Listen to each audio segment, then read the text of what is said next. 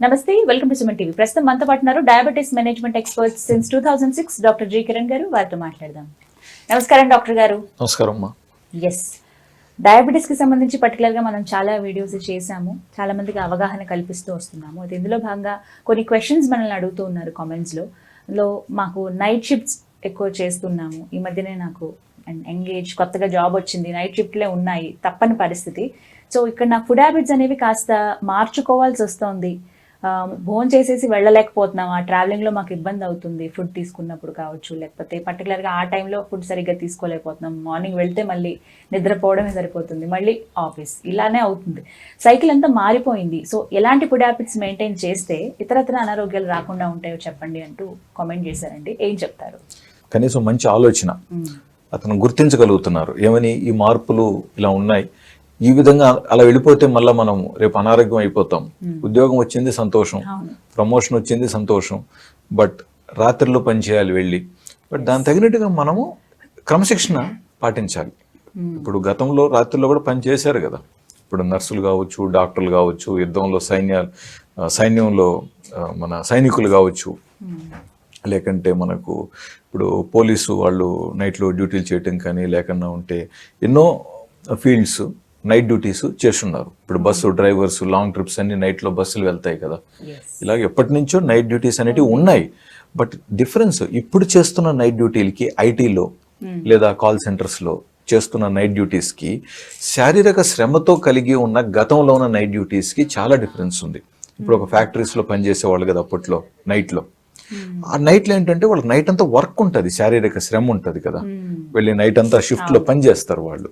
So ఆ శారీరక శ్రమ ఉన్న రాత్రి డ్యూటీసు వేరే అండి.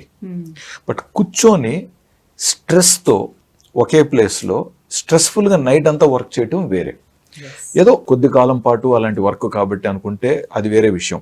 బట్ దీర్ఘకాలంలో ఇలాగే పని చేసుకుంటూ ముందుకు వెళ్లాల్సిన అవసరం ఉన్న వాళ్ళు మాత్రం చాలా తెలివిగా, క్రమశిక్షణగా వాళ్ళ జీవన శైలి కానీ, వాళ్ళ ఆహార విధానాలు కానీ మలుపు చేసుకోవాలి. లేకపోతే 3 నుంచి 5 సంవత్సరాలలో వీళ్ళు అనారోగ్యం అవటం మనం గమనిస్తున్నాం, ఆల్రెడీ గణనీయంగా గమనిస్తున్నాం. కొంతమంది ఆల్రెడీ ఫేస్ చేస్తున్నారు, చాలా ఫేస్ చూస్తున్నాం. సరే, ఇది ఒకటే ఆన్సర్. చాలా మందిని అడిగినప్పుడు కూడా ఏంటి మారిపోయారు ఇలా అంటే, నైట్ షిఫ్ట్లు అయిపోయాయి, ఫుడ్ హ్యాబిట్స్ సరిగ్గా లేవు, అది తినే తిండి అరగదు, కరెక్ట్ గా మాకు ఫిజికల్ యాక్టివిటీ కూడా టైం ఉండట్లేదు అనే మాట అంటూ ఎంగేజ్ వాళ్ళు అలా మాట్లాడుతూ చాలా బాధ చాలా కరం. అదే విధంగా ఎక్కువగా వీళ్ళలో ఆడవారు ఉన్నారండి, వీళ్ళలో పీసీఓడీస్ పెళ్లికి ముందు విపరీతంగా పెరుగుతున్నాయి, అండ్ ఇన్ఫర్టిలిటీ కేసెస్ బాగా పెరుగుతున్నాయి, అటువైపు పెరుగుతున్నాయి. సో కాబట్టి వీళ్ళు ఎంత మంచి ఉద్యోగం అయినప్పటికీ, ఎంత సెడెంటరీ ఉన్నప్పటికీ, దాంట్లో వీళ్ళకి అవసరమైన మలుపులు వీళ్ళు చేసుకోవాలి. వాళ్ళు అర్ధరాత్రిలో ఏదో అద్భుతమైన ఫుడ్ పెడతారని అనుకుందాం, దానికోసం వెయిట్ చేయాల్సిన అవసరం లేదు. వీళ్ళకి ఏది కరెక్టో ఫుడ్ వీళ్ళు పెట్టుకోవాలా, తీసుకెళ్లాలా, లేదా ఎట్లా ఒకటి అక్కడ అనుకూలంగా చూసుకొని తినితే ఆరోగ్యంగా ఉంటారండి. ఏ ఫుడ్ తీసుకుంటే బెటర్ అంటారు, ఎలా తీసుకోవాలి? ఇప్పుడు వీళ్ళకి అక్కడ ఈజీగా అవైలబిలిటీ ఉన్న ఫుడ్ ఏంటి అంటే బర్గర్స్, పిజ్జాస్, పాస్తా, నూడిల్స్, సమోసాలు, తర్వాత కొంచెం ఇంకా బేకరీ వైపు కేక్స్ కానీ, పేస్ట్రీస్, ఐస్ క్రీమ్స్, ఇలాంటివి అనమాట. సో ఏమవుతుంది, 3-4 సరదాగా వెళ్ళటం, బ్రేక్లో నచ్చిన ఫుడ్ తలా ఒకటి ఆర్డర్ చేసుకోవటము, లేదా ఒకరు వీళ్ళకి ఏదో ఒకటి పార్టీ లాగా ఇవ్వటము అయిపోతుంది. ఏదో వారానికి ఒక్కరోజు అయితే ఓకే, అంగీకరిద్దాం అక్కడి వరకు. ఏది గతంలో మనం నెలకు 1 రోజు అనుకున్నాం, తర్వాత 2 వారాలకు ఒకసారి అన్నాం, ఇప్పుడు కనీసం వారానికి 1 రోజైనా పర్వాలేదు అంటున్నాం. ఎందుకంటే రోజు అయిపోతుంది కదా వాళ్ళకి రాత్రిలో, రోజు ఏదో ఒక రాత్రి, ప్రతి రాత్రి ఏదో ఒక అవకాశం ఉంటుంది ఒక పార్టీకి. కాబట్టి అవును, అలా కాకుండా కరెక్టే. సో అలా కాకుండా అక్కడ కొంచెం క్రమశిక్షణ వహించాలి. ఓకే, ఏదున్నప్పటికీ ఫ్రైడే నైట్కి పెట్టుకోండి అట్లా. సో ప్రతిరోజు వద్దు, అలాగా ప్రతిరోజు వద్దు. ఇప్పుడు 3-4 కలిసి అక్కడ పద్ధతిగా ఆలోచించుకుంటే మంచి ఫ్రూట్ సాలాడ్స్ వస్తాయి, ఈజీగా తేలిగ్గా అరిగిపోయే ఆహారాలు దొరుకుతాయి, ప్లస్ అందుబాటులో కూడా పెడుతున్నారండి. కాబట్టి అటువైపు వీళ్ళు ఇంట్రెస్ట్ చూపించట్లేదు. చాలా వరకు మనకు సాఫ్ట్వేర్ కంపెనీస్లో ఉన్న క్యాంటీన్స్లో హెల్తీ ఫుడ్స్ కూడా పెడుతున్నారు, బట్ అవి అలాగే ఉండిపోతున్నాయి. ఉండిపోతున్నాయి.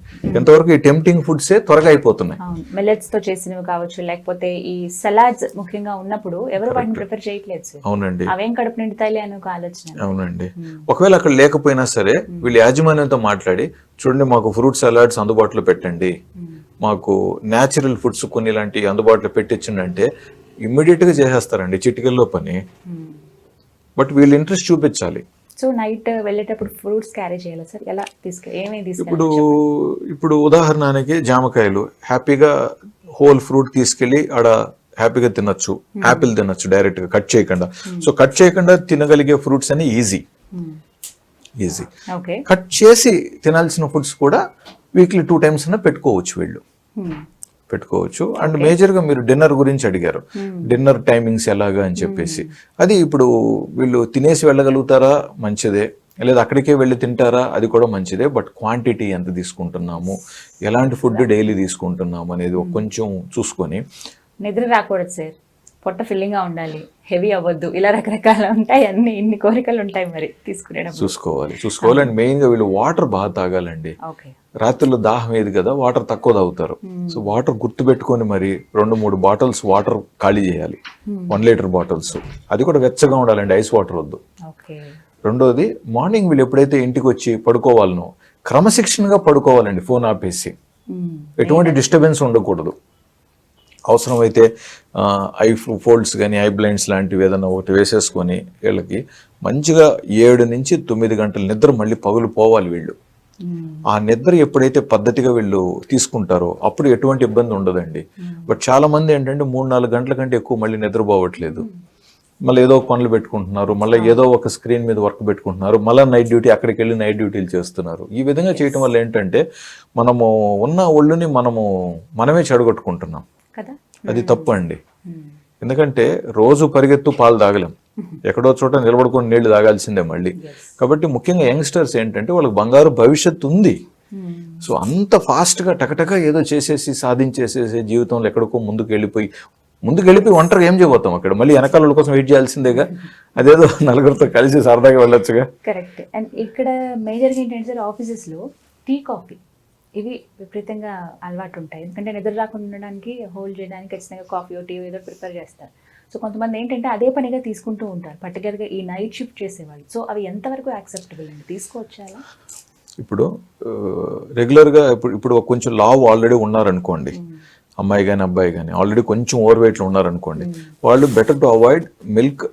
అండ్ మిల్క్ అది మిల్క్ పౌడర్, అది చాలా వరకు ఒరిజినల్ మిల్క్ కాదు, ఇన్స్టెంట్గా వచ్చేటివన్నీ పౌడర్.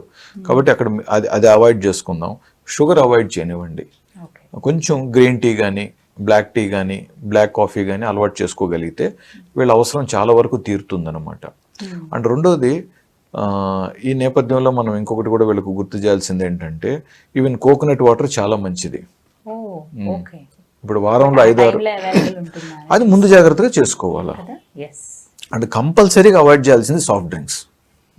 ఎట్టి పరిస్థితుల్లో సరదాగా సాఫ్ట్ డ్రింక్స్, ఏ పేరుతో ఉన్న సాఫ్ట్ డ్రింక్ అయినా సరే, అది బ్రౌన్గా ఉండేవ్వండి, గ్రీన్గా ఉండేవ్వండి, వైట్గా ఉండేవ్వండి, ఏ రంగులో ఉన్నా సరే సాఫ్ట్ డ్రింక్స్ మాత్రం వద్దండి. చాలా ప్రమాదకరం అవి తాగినప్పుడు చాలా బాగా అనిపిస్తుంది మనకి, కానీ సాఫ్ట్ డ్రింక్స్ మనం తాగగలిగేలాగా తయారు చేస్తున్నారు. అవి దాంట్లో సాల్ట్ ఉంటుంది, దాంట్లో షుగర్ ఉంటుంది, and high fructose corn syrups ఉండొచ్చు దాంట్లో.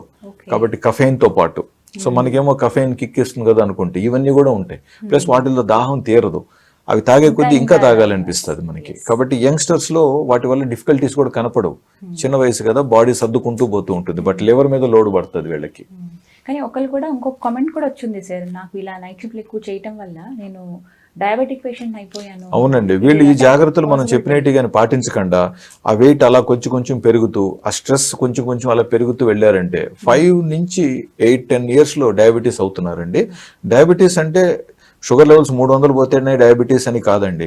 ఇప్పుడు నార్మల్ మనిషికి షుగర్ లెవెల్స్ బార్డర్కి దగ్గరకు వచ్చినా కూడా బార్డర్ దగ్గరకు వచ్చినట్టే, ప్రీ డయాబెటిక్ అయిపోతారు. ప్రీ డయాబెటిక్ అంటేనే ఏమని అర్థం, ప్యాన్క్రియాస్ ఆల్రెడీ టైర్డ్ అయిపోతుందని కదా అర్థం. సో ప్రీ డయాబెటీస్ కి వెళ్ళటం కరెక్ట్ కాదు. వీళ్ళు నాన్ డయాబెటిక్ స్టేజ్ లోనే బాగా మెయింటైన్ చేయాలి. కాబట్టి ఎవరికైతే ముఖ్యంగా జాబ్ వచ్చిందనో లేదా జాబ్లో ప్రమోషన్ వచ్చిందనో తర్వాత వెయిట్ ఏదైతే పెరుగుతారో వాళ్ళు కంపల్సరీగా ఆ వెయిట్ని మళ్ళీ తగ్గించుకొని నార్మల్గా రావడానికి ప్లాన్ చేయాలండి. రిపోర్ట్స్లో కనపడిన తర్వాత నేను అప్రమత్తం అవుతానంటే కరెక్ట్ కాదు. తన బాడీనే తను గ్రహించగలగాలి. అంటే వాటర్ బాగా తాగాలి. అంతేకాకుండా చాలా మందికి ఇట్లాంటి ఏజ్ గ్రూపుల్లో కిడ్నీ స్టోన్స్ బాగా కనపడుతున్నాయి. రీనల్ స్టోన్స్ కానీ లేకంటే గాల్ బ్లాడర్ స్టోన్స్ కానీ కనపడుతున్నాయి. సో ముఖ్య కారణం వీళ్ళకి వాటర్ తక్కువగా తీసుకోవటం అండ్ హెవీగా ఆయిలీ ఫుడ్ తీసుకోవటం. సో వీటి మీద కొంచెం డెఫినెట్గా వీళ్ళు జాగ్రత్తలు తీసుకోవాలి. వాటర్ బాగా తీసుకోవాలి. హ్యాపీగా పని చేసుకోండి, సరదాగా పని చేసుకోండి. మీ కెరీర్లో మంచి శిఖరాలు మీరు అందుకోవాలి. బట్ అంతేగాని ఆరోగ్యాన్ని తాకట్టు పెట్టయితే కాదు. పాడు చేసుకోకుండా ఉండడం బెటర్ అంటారు. Thank you so much doctor గారు, క్లియర్ ఎక్స్ప్లెయిన్ చేశారు. నమస్తే.